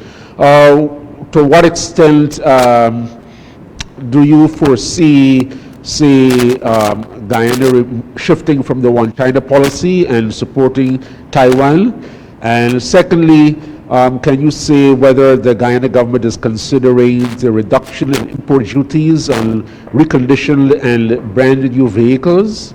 And thirdly, your response to reduction of import duties. And secondly, there have been criticisms by the Linden mayor, and I believe to some extent, what's the one just before this? shifting from the one China policy to Taiwan. In light of what has been happening and said over the last few weeks and 24 hours. And thirdly, there are concerns by the mayor of Linden, and I believe by the opposition APNU and PNC, that there have been insufficient consultations about priority areas for the $50 million allocation to local authorities and how that can possibly be spent in areas such as Linden, and I suspect Georgetown as well. Your reaction to that? Okay. So let me start with the last issue. When the subvention is given to any local government body, or before it's given, they have to submit a plan to the ministry for approval. All the NDCs, the 70 NDCs and the 10 towns will have to do this. If this is a special subvention, this is not rates and taxes subvention, I don't see the government not approving a plan that will assist the people of the local government body. So if you're spending it on collecting garbage, or you're cleaning the community, or providing any better service to the people of the residents, I don't anticipate we'll oppose any such plan. It's when these guys try to siphon money off from the local government bodies into political purposes, or their admin costs. They hold conferences and jack up the food bill on the subvention.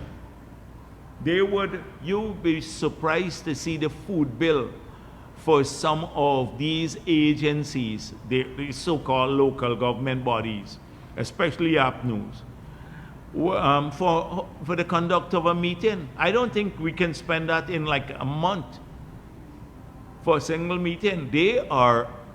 They find ways of utilizing these resources for non-productive purposes.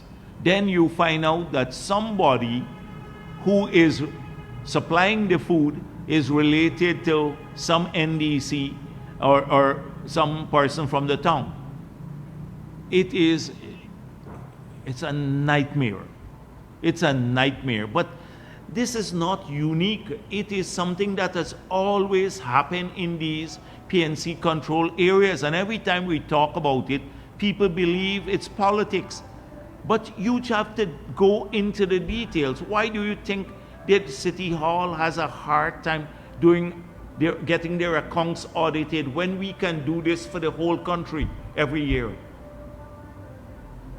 The difference is the PPP runs the central government and they run City Hall. That's the only difference. We can get it done for the country, but they can't get it done for City Hall.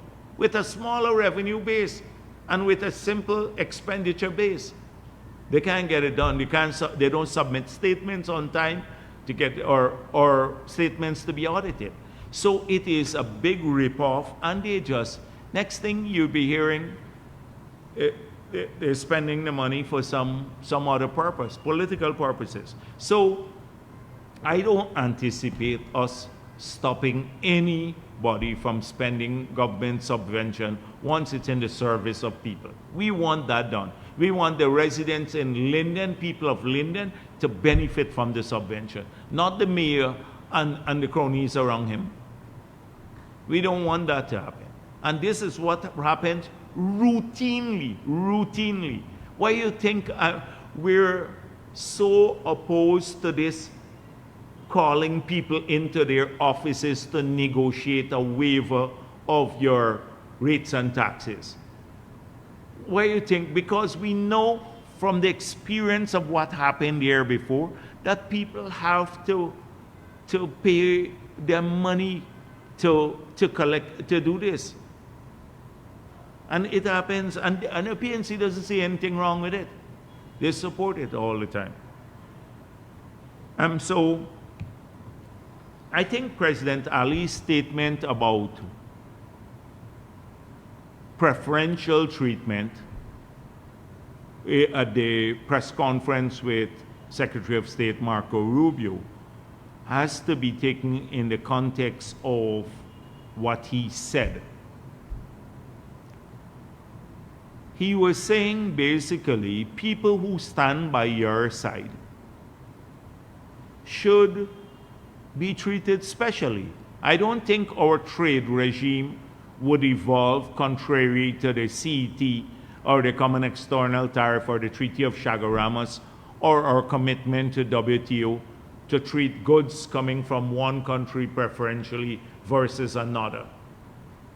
I don't think we are going to say our taxation system would evolve so that an American company would pay lower taxes than a Guyanese company or a Chinese company or a Canadian company or a European company.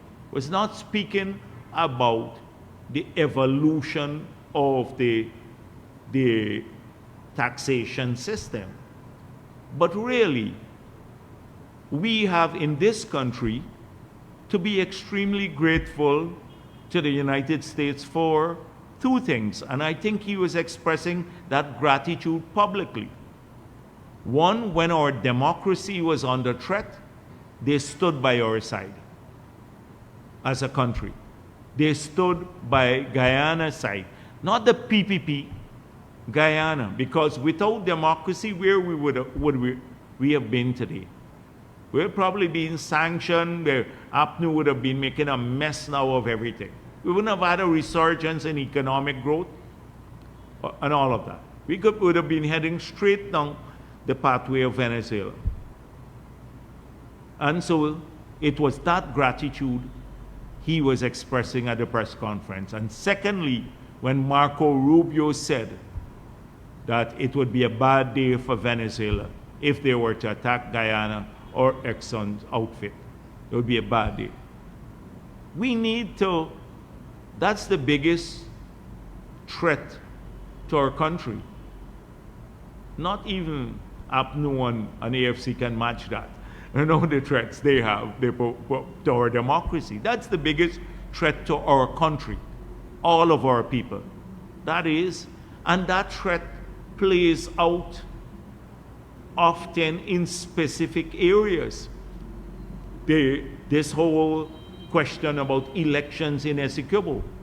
We've seen aggressive action on the part of Venezuela frequently when they sent that vessel in our waters.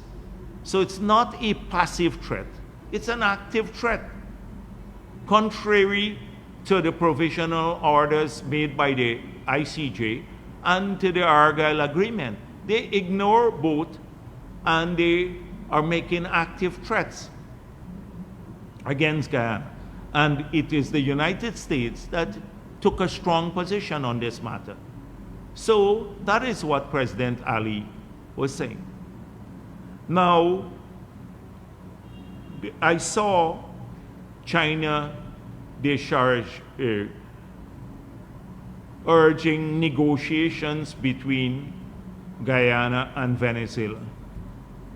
And the Ministry of Foreign Affairs has given a comprehensive response. They issued a press release. I can't add much more to what they've said. They made it clear that we are committed to a process. We have said to the world, to everyone, that we are part of the ICJ process. We're not going back to bilateral negotiations and discussions on this matter. We have pursued that route. The Secretary General of the United Nations referred the matter to the ICJ. We accepted that. We're presenting our case at the ICJ. We believe that the matter would be resolved definitively at the ICJ. And for the charge to now say we have to go back to bilateral discussion is improper and out of place. And that is what this statement mentioned. Because it's not respectful of our national position. So, the statement is out. You can read it, what the Ministry of Foreign Affairs put out. The One China policy is the policy of the government of Guyana. It's a policy of most of the world, including that of the United States of America. And I don't see that changing now.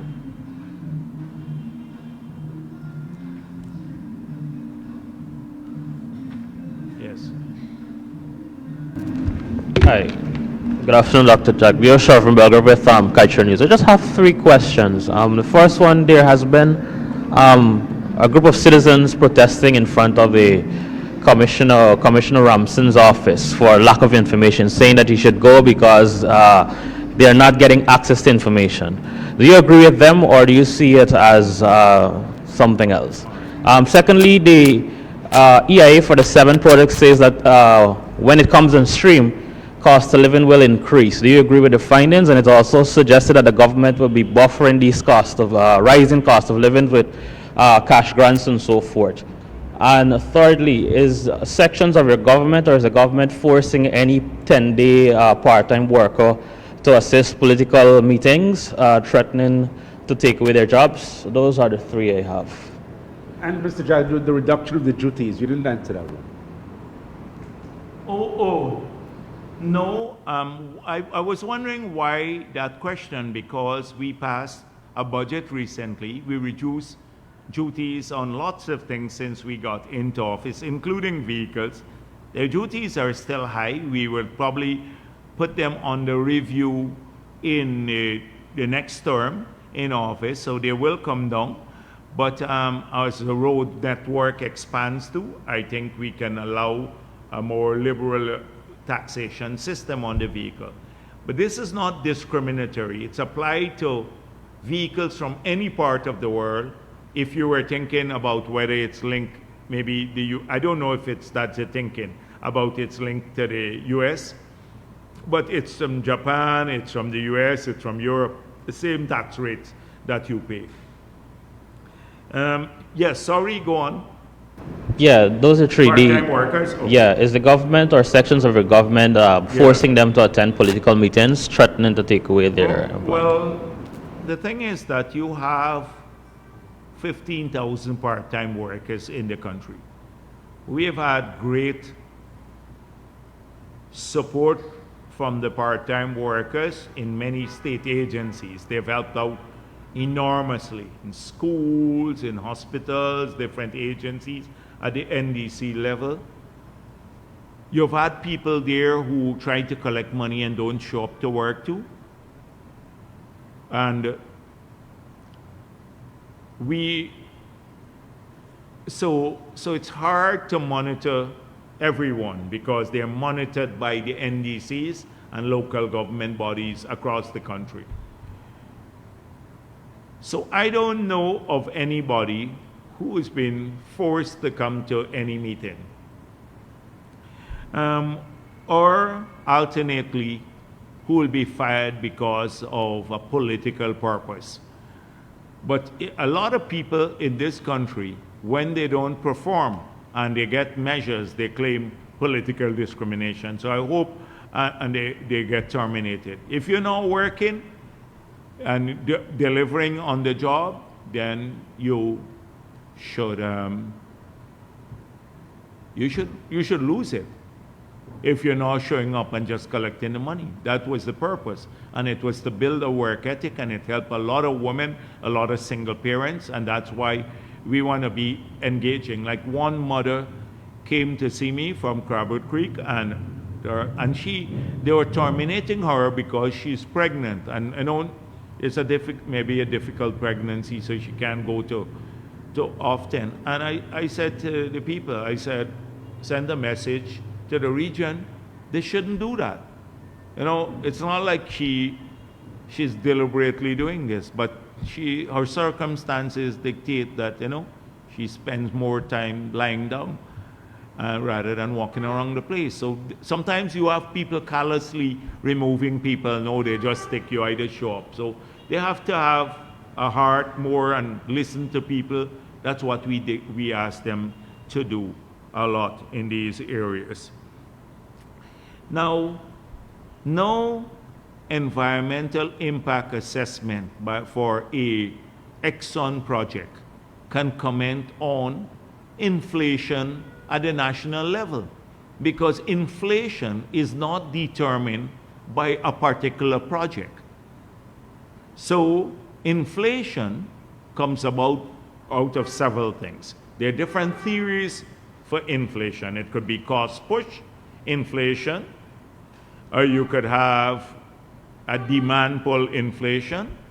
You could have the monetary approach to inflation is when you have too much money in the system, basically a liberal monetary policy.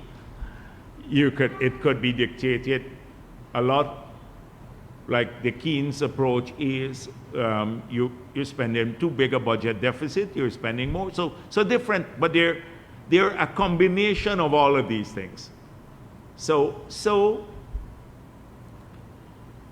ExxonMobil can't do a study and speak about national inflation. I suspect, which Kaicho News got wrong, they were talking about the next project, their costs may increase, their costs, because they'd have to pay increased rental costs, etc., from people, because Guyanese are charging more rents for their properties and stuff. But that is not entirely true because of so many people building. I think the rental costs, which were between $3,000 US to about $7,000 US per property, that only Guyanese can supply now, that has stabilized significantly because of increased supply of apartments and buildings into the market. So they are talking about their project costs. I think I probably misquoted that. The section says that it could contribute to rising. I have the section here. You just said Exxon did that. How could Exxon be commenting? It has a section that states, with rising wages and increased purchasing power, driven not only by the project, but by broader economic growth and development trends, the project could also contribute to the increased cost of living. For them, Exxon, not for, they can't comment on that. So how would their project know about this? So they are talking about their costs. Every project has the cost. So they're saying, and that might be a justification to pay their workers more too. We got to watch that, So we have to look at these issues. But I think you all had it wrong. I suspected from the time I saw Kaichor, I saw you elevated it to the cost of living in Guyana. It's not that their project price is going up, which they like to increase. These companies love to increase costs because it comes on cost soil. So the group of citizens protesting out there, whether I agree with it or not, outside of the Commissioner of Insurance's office. So in Guyana, people have the freedom to protest. So whether I agree with it or not, it's not germane here. They have the right to protest. Now, they may have a cause. Individuals may have a cause.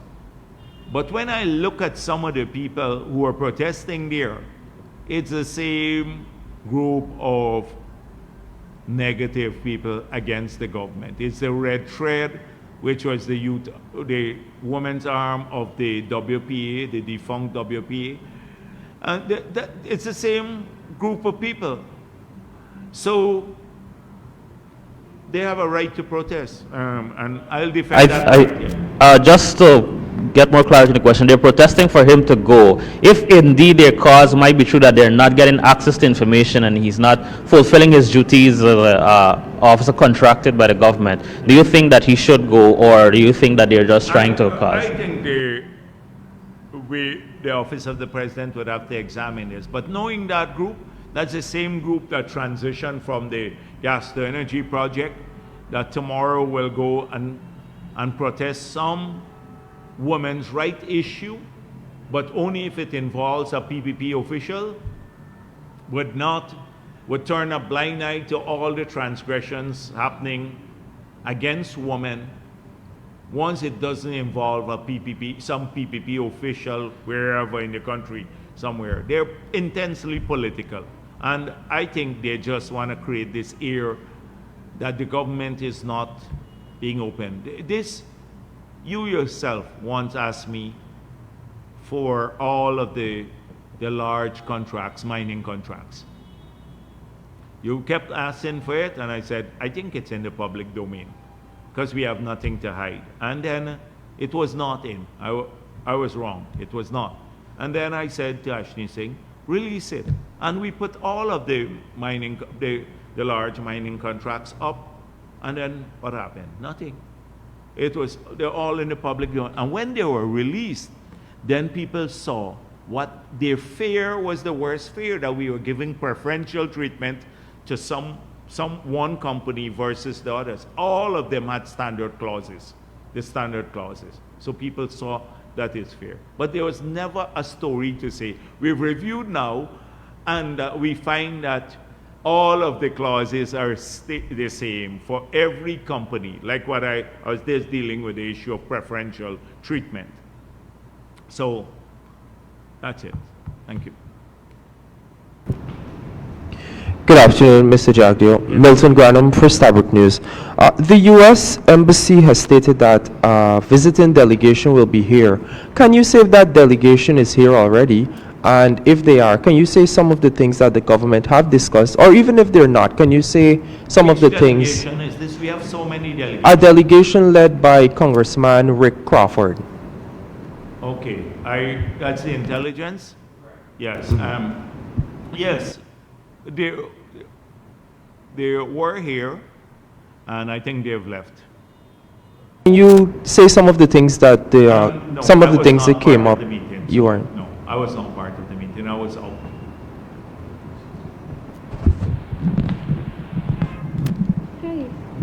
Hi, good afternoon, Dr. Jagdeo. Shania Williams from Kaiser News. Given that the U.S. has revoked the license for the Trinidad and Tobago Venezuela gas deal, will Guyanese engage Trinidad to market its gas resources? We have seen that Italian shipbuilder Saipem has secured a contract for early works for the 7th oil project, Hammerhead. Can you say if the government has begun to look at additional fiscal benefits for Guyanese from the 7 project? Could you also explain why the final audit report on Exxon's US $7.3 billion expenses hasn't been made public yet, given that the GRA granted clearance back in November last year? Which one of the reports? So the first one is the Saipem, right? Mm-hmm. They're Hammerhead, right? And what was the first question? I missed it. Oh, given that the U.S. has revoked the license. Yes, okay. Yes. Dragon, yeah. Mm-hmm. And with the gas energy pipeline now complete, will government make public the heads of agreement signed between Exxon and government? So the first issue was the revocation of that license by the U.S. government. You would recall that Trinidad saying that if they did not develop that gas field, they'd have about 4 years of gas remaining. And then that can spell major problems for Trinidad and Tobago, because the bulk of their revenue comes from gas. In Guyana's case, we had initial discussions with Trinidad and Tobago, but it wasn't so much about exploration for gas here. That it was about exploration in the Dragon field and proving of reserves. In what was discussed and what was explored was whether our gas could go to Trinidad and Tobago. We will have a pipeline going to Trinidad and Tobago, either through the development of the new project that we're working on now, to monetize the gas, or alternately, well, mainly that project, because that's going to be a large project with huge volumes of gas. The one coming into Wales is only probably 120 to 130 cubic feet per day. So clearly the gas, we have gone with a different approach here so far. We have, through a public process, identify a company to work with Exxon and the government of Guyana to monetize the gas. If they choose to take this gas to Trinidad to be processed, and that offers the greatest return to the project and thereby the greatest revenue to Guyana, that's an option to them. But there are several options available that I spoke of but have not been settled on. They want to bring the gas onshore for industrialization or to supply Brazil. For producing electricity, no. So that's one option, bringing the gas onshore, generating power, supplying Brazil with electricity, selling power. Two, bringing the gas onshore for industrial purposes, fertilizer, petrochemical industry. And then the third option is to do LNG. So not bringing it on shore, but having these offshore platforms for developing LNG and shipping that directly out. You could add another option, which is they should study whether taking it to Trinidad to be processed there makes sense. But if this is all privately determined, then they look at the rate, the return on each of these options, and then settle if we have X amount of gas. Can we meet all of them, or which is the one that in the ranking gives us the highest return? And that's how a commercial decision is made. We're not making a political decision on this. First of all, it has to be a commercial decision, but a commercial decision must seek to maximize returns to the investor and to Guyana. So that's the approach we're going to take. In any case, Trinidad, since the revocation, I don't think they have formally reached out to us here on this matter, but that is the approach we will take in relation to any approach to Guyana to have our gas go there. Remember, we are not going to be investing taxpayers' money in the project. We just want to get a revenue from the project. They'd have to find private financing to develop this. We're not taking the people's money and putting it in these projects. We just want them developed so we can get a revenue stream to benefit our people. So, and of course, the allied development. Their assessment for Hammerhead has started. So you have to have an assessment, and they're looking at all of these things. So the FDPs, etc. If they move, the assessment is favorable, and they move to approve the project, you will hear of that shortly. But I can confirm that the assessment has started. I don't know if the GRA, this is the second audit, right? Why it's not being released? Because we don't have a problem. It's in the public domain already. I think some people have it. There is nothing strange about the GRA has cleared it, so I don't know why it's not being released. So I'll check why they have not done the same. And the same thing about the heads of agreement. The heads of agreement would all be available once the project is completed. Look at the distortion every day that APNU and the others have taken public documents and distorted them. We don't want to get into that again.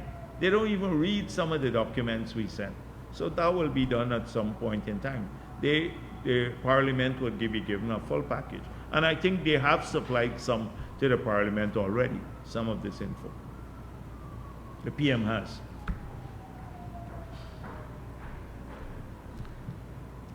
Good afternoon, Tricia Silvers, Guyana Times. In your last press conference, which was last week, Thursday, you would have stated that some of the speed limits are unusually low. Can you say exactly if efforts have been made to conduct the review? And more specifically, the second part of that question, which agency or department is responsible for setting the speed limits? Well, obviously, when I spoke with it last week, I spoke of a balanced approach. So it is not just a technical exercise. So the technical work has to be done too, because you have to look at the size of the highway, the condition of the highway, all of these things, before you recommend a figure. So clearly, it has to be the traffic department. I know the president himself, who has been very concerned about this issue and been working with the team on the electronic ticketing, that is being addressed at his level. So I suspect all the agencies will be working together to come up with this figure. But it will have to take the speed limit, but it would have to take into consideration two things. You don't want it to be, as I said last week, at a level that is so low that people will be ticketed, for driving at a ridiculously slow level, like some of the limits are on the highway. But at the same time, you have the counterpart. We have had people who lost their lives because of speeding. So it's the balance that you strike there. And I'm sure that whenever it's increased, you're going to have two groups of people saying it shouldn't have been there, and another one. It's going to inevitably engender that discussion, but the agencies, that's why it's important that they also look at road safety along with the need to implement a higher speed limit. And so it's being done with a group, and the president himself been overseeing some of these engagements. Because up to a few days ago, we talked about it. Good afternoon, Trina Williams, Ghana Chronicle. Earlier you spoke about the PNC's attempt last week to shift the blame onto the government while failing to acknowledge their poor stewardship. In New Amsterdam, which is PNC-led, the town is experiencing severe flooding, and today parts of Georgetown is flooded too. In light of these developments, do you believe the opposition's management of these key towns demonstrates an inability to effectively govern the country? Yes, they don't, because they don't focus on governance. Everything else is a hustle. In New Amsterdam, they sold out a lot of the lands there through corrupt deals that would belong to the city, the town council. If you talk to some of our councillors, they will tell you about this. They were in Georgetown, they did the same thing too. So in Northeast, a group came to see me at Freedom House a couple of weeks ago. Lots of young people from Northeast here in Georgetown, and some older people. So they asked if they could get, there's a strip of land there that they could get a tarmac on and some lights for the people to play in the community and young people to have access to. I said, Minister Indar, please visit the community. So I asked, how did we miss this? Because we're doing the 34 grounds in the city, all of them with lights, etc., like we're doing elsewhere in the country. So I wondered how we missed this, but this is just a narrow stretch. So they showed me the map, we look at it and stuff. Minister Indar visited, and then they discovered a man had a lease he got there in 2015. And I'm told that his relative was a PNC councillor, So now the community wants this, but he went and put a piece of equipment from the time he wasn't using it, from the time Minister Indar went. So all those kids in South Georgetown now will now have access to this if we allow him to continue to do this. This is typical PNC behavior. They gave it out, now he didn't do anything. We're trying to develop the area for the young people, put a tarmac in now so they could play. He's blocking the access. And they will not come out and condemn that, but they'll come and claim that we're not doing anything in some areas. Of course, that's a fake thing. The whole crew came to Freedom House, 20-something people, youngsters. So they don't manage. It's all a hustle. How come the agricultural office of the PNC, that's a property for the town council owns that. The PNC agricultural office. You find out, look at the lease that they got. Nothing they're practically paying. They just don't care about the resident. So the areas, we're gonna be more concerned about some of these drains and stuff. You see Edge Hill walking around before the end of the day, walking around trying to do it. The mayor would never go and do that. He's busy trying to get these deals done. He wouldn't walk around the place to try to alleviate, when we get excessive rainfall, we may have some accumulation. So this is typical PNC behavior. You also mentioned that parties have to campaign on their track record and plans for the country. The government has introduced a number of policies which are aimed at improving the lives of Guyanese. However, some of these initiatives are seemingly overshadowed by attempts to discredit the party. As General Secretary of the PPP, what strategies will the party put in place to ensure that such impactful initiatives are not lost amidst political distractions and opposition narratives? Yeah, it's difficult. It's a constant battle, because they have this negative industry. So people link to them, like the Sherrod Duncans and the others, all the time distort stuff. You could, for example, the 30,000 persons who got the gold scholarship will never be interviewed. They would find one person of the 30,000 who has some problems and then highlight that and make that the prevailing condition. So can you imagine them criticizing us for our housing policy now? They would go and say, oh, the PP not doing enough for housing, shamelessly. And we have built 40-something thousand, given out 40-something thousand plots of land. The fact of the matter is that we couldn't do much more. We spent $300 billion on it. You don't have the capacity to do more, but you do still have many people waiting. So they go to those people and say, how long you been waiting? And then don't speak about what they did in the 5 years to cause the list in Region 4 to just accumulate to such a level that we're only distributing now house lots if you had applied before 2019. Because they just changed the whole policy but didn't provide any house lots. So then they just were collecting applications from people and giving them land that we had already developed, or doing a couple, I think 1,000 somewhere.